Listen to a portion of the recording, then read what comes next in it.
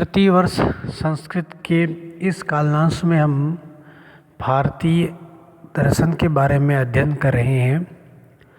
भारतीय दर्शन में हमारे पाठ्यक्रम में निर्धारित प्रमुख दर्शन इस प्रकार हैं। पहला दर्शन है सांख्य दर्शन।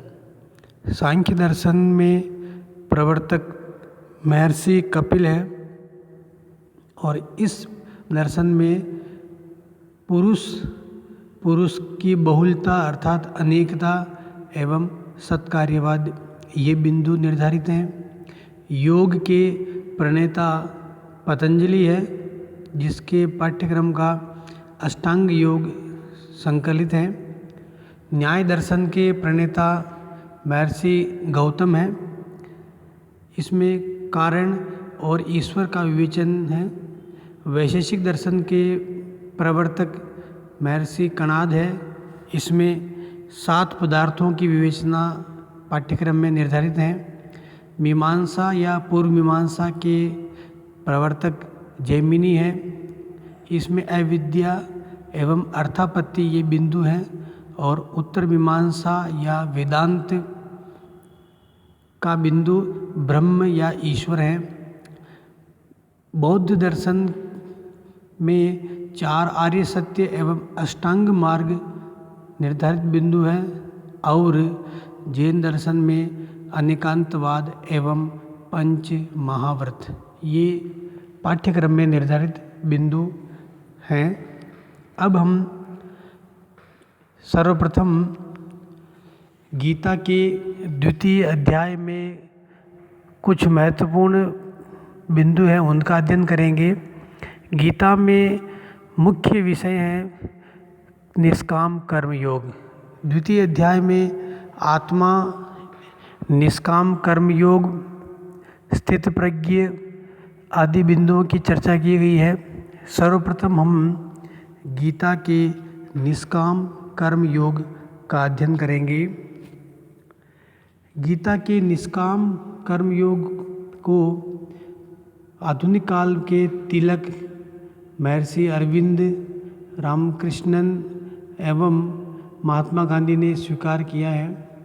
गीता का निष्काम कर्म योग का मूल भाव है कि हम बिना आसक्ति के अपने कर्म को करें, फल की चिंता नहीं करें।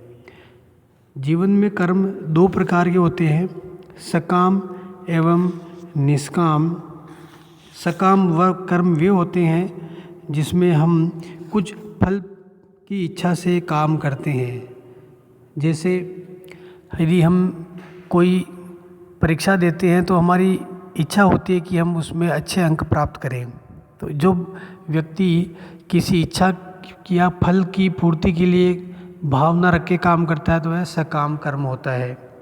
सकाम कर्म में दोष यह होता है कि यदि वह परिणाम हमारी आशा के अनुरूप नहीं है, हमारी अपेक्षाओं के अनुसार नहीं है, तब हम दुखी हो जाते हैं, निराश हो जाते हैं और उस काम को या तो करते नहीं हैं या दोबारा करने की मन में भावना नहीं आती है, क्योंकि फल हमारे हाथ में नहीं है।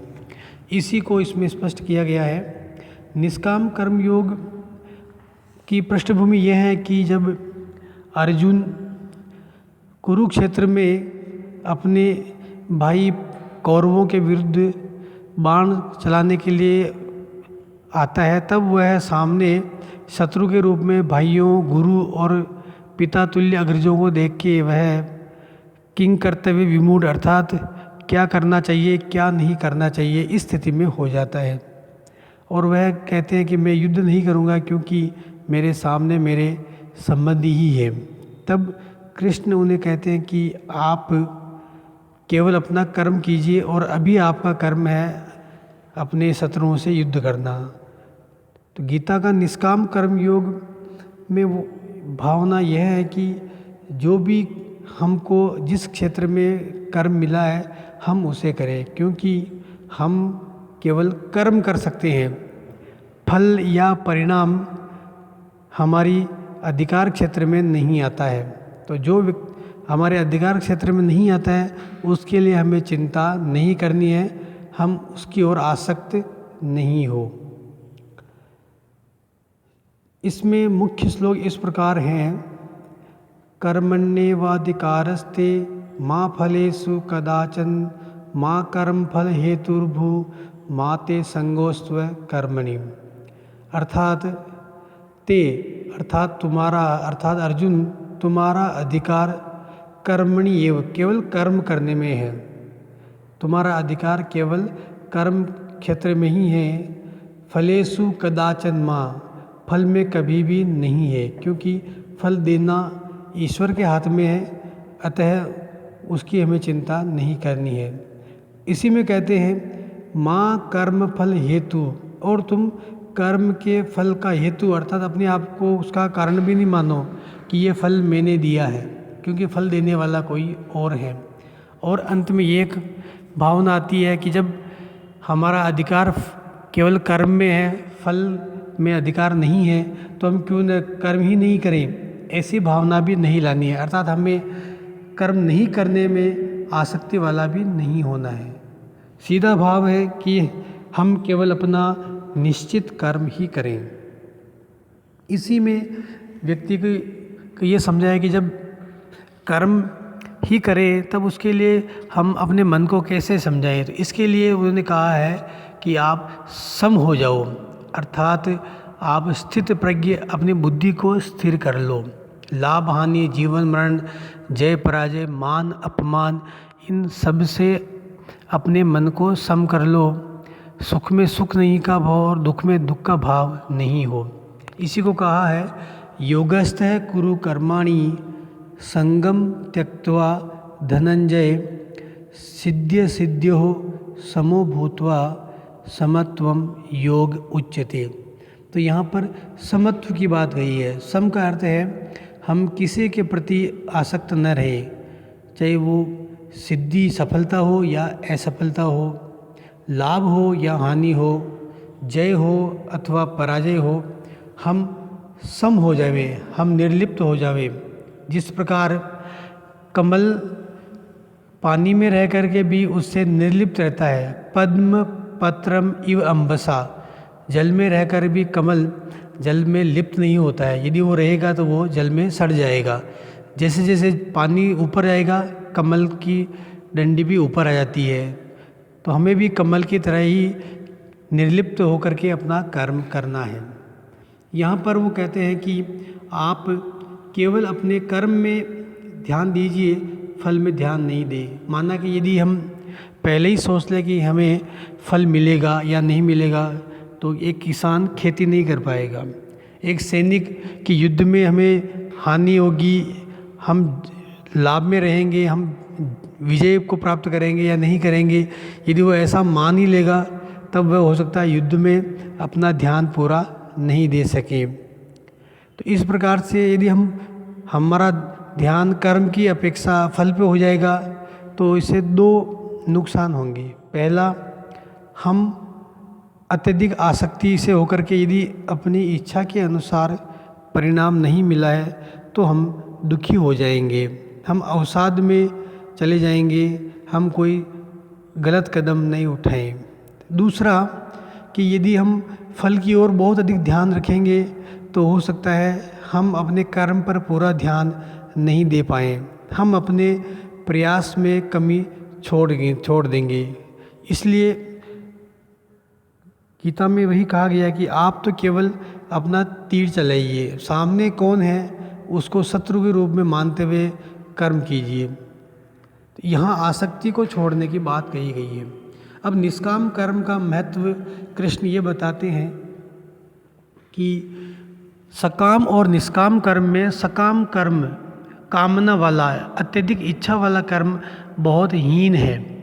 जो कामना वाले हैं, जो फल की इच्छा वाले हैं, वे दीन हैं, अर्थात वे दुखी हैं, क्योंकि वे कभी भी अपने बंधन से मुक्त नहीं हो पाएंगे।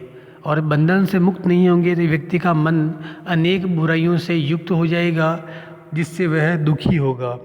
यदि अपेक्षानुकूल परिणाम नहीं मिला तो दुखी होगा। अतः व्यक्ति की आसक्ति, फल में बहुत अधिक आसक्ति उसके दुखों का कारण बन जाती है। अतः ऐसा व्यक्ति दीनहीन कहलाएगा। इसलिए सकाम कर्म हीन है और निष्काम कर्म उससे बहुत श्रेष्ठ है। यहाँ पर हम इसको जीवन में भी अपना सकते हैं कि यदि हम किसी भी क्षेत्र में हैं, विद्यार्थी हैं, कृषक हैं, व्यापारी हैं, राजनेता हैं, सैनिक हैं, यदि हम अपने फल की ओर ही ध्यान देंगे तो हम हो सकता है कर्म ही ना करें, या हम अपने पथ में पूरा ध्यान नहीं देके हम फल की ओर देखेंगे, दुखी होंगे। अतः एक विद्यार्थी हो या किसी अन्य भूमिका में हो, हमें अपने कर्म की ओर पूरा ध्यान देना है, फल की ओर ध्यान नहीं देना है। यहाँ पर निष्काम कर्म का, इसी को समत्व योग अर्थात समभाव से, इसी को बुद्धि योग अर्थात बुद्धि को निष्प्रय करके तत्व देखने में ध्यान लगावे, या तदर्थ कर्म या मद अर्थ कर्म अर्थात ये कर्म के लिए कर्म या ईश्वर के लिए कर्म, सब कुछ ईश्वर पर छोड़ करके हमें कर्म की ओर ध्यान देना है। इसी को निष्काम कर्म कहा गया है। स्वयं महात्मा गांधी भी कहते थे कि जब स्वतंत्रता संग्राम में संघर्ष करते हुए निराशा के क्षण आते हैं, तब मैं गीता का कोई भी पृष्ठ देखता हूँ और मुझे अपने कर्म करने की प्रेरणा मिलती है। तो इतने दीर्घकालीन स्वतंत्रता संग्राम में आवश्यक नहीं है कि हम 1857 में ही सफल हों, फिर भी वो असफल हुए पर निराश नहीं हुए, कर्म करते रहे और 90 वर्षों के पश्चात भारत को स्वतंत्र कराया। तो निश्चित रूप से हम अपने कर्म की ओर ध्यान देंगे तो गीता का महत्व वर्तमान में भी प्रासंगिक है। यहाँ निष्काम का अर्थ हमें अपने फल की ओर ध्यान न देके कर्म करना है, यही इसका मूल भाव है जो कर्मण्येवाधिकारस्ते श्लोक में दिखाया गया है। धन्यवाद।